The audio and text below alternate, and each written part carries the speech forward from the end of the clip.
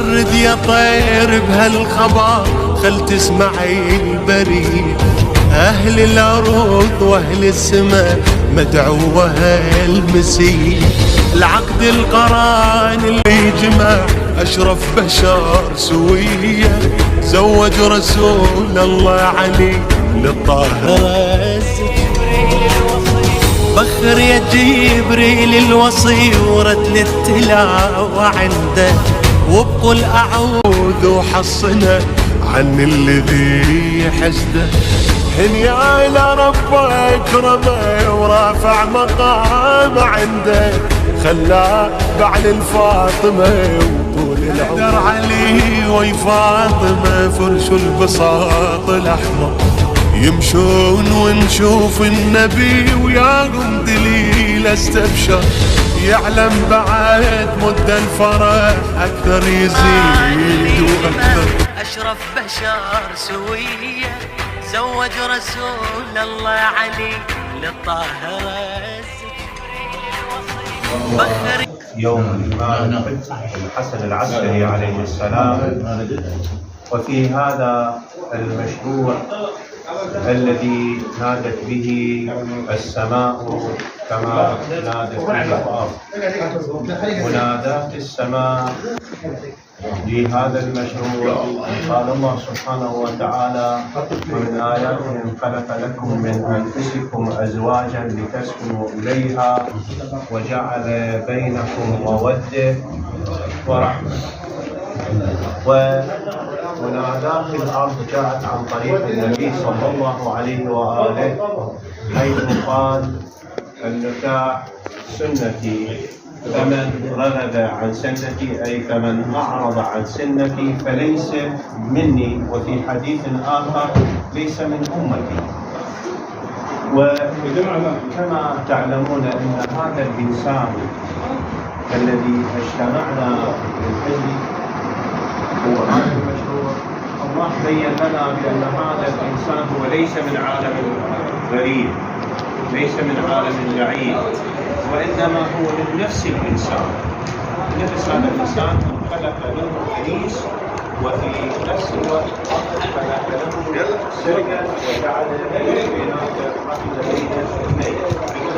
ولهذا المشروع الإلهي آثار، من جملة الآثار إنه الإنسان إذا تزوج فقد أحرز نصف دينه، وليتق الله في النصف الآخر. ومن جملة آثار كذلك أنه في مسألة الصلاة ركعتان يصليهما المتزوج أفضل من 70 صلاة يصليها الأعزب. ومن جملة آثار هذا المشروع هو أنه جعل هناك رفع لمعاناة الأرض، لأنه ورد في الرواية إن الأرض لتضج أو لتصرخ أجلكم الله من بولة الأعزب. وكذلك لرفع المعاناة عن الموتى، لأنه كما تعلمون ورد في الرواية: شرار الموتى العزاب. ومن أهم أسباب أو آثار هذا المشروع هو العلاقات الاجتماعية، فلان عن فلان، فلان خال فلان. وكما تعلمون كما ذكر في الحديث ومنقول عن الثاني لعنه الله، قال: كل نسب ينقطع يوم القيامة إلا حسبي ونسبي، أي إلا نسب فاطمة الزهراء. واليوم احنا بهذا المشروع انه جاي نسرع ونعمل من اجل ان تكون لكم علاقه بالزهراء عن طريق هذا الزواج، فيا لها من نعمه حظوتم بها، وهي ان تكون لكم علاقه مع ابناء الزهراء. فاليوم الساده بما فيهم كل الساده ان شاء الله، وانا اقلهم شيئا وانا اتكلم واعتذر من الجميع، اليوم الساده جاي يطلبون القرب من عندكم، وكما نعلم بانه الموافقه حاصله ان شاء الله، ولكن فقط لاعلان الصداقه. الله في أبناء الزهراء. الكلام الله يحفظكم ان شاء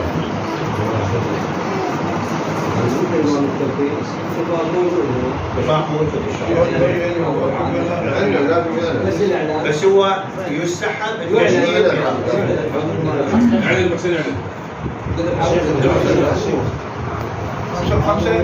نعم 5 حاضر 5 دقائق الصداق الذي تم الاتفاق عليه إن شاء الله هو 10 ملايين دينار، منها المعجل 5 ملايين دينار، والمؤجل أيضا بلا تحديد مدة هو 5 ملايين دينار.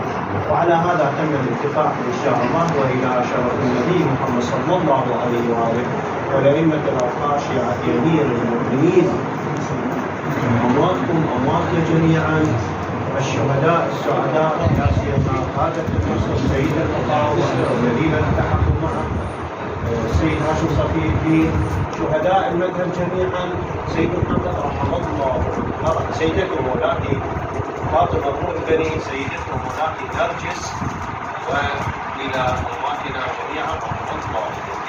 فاتحه مع الصلاه.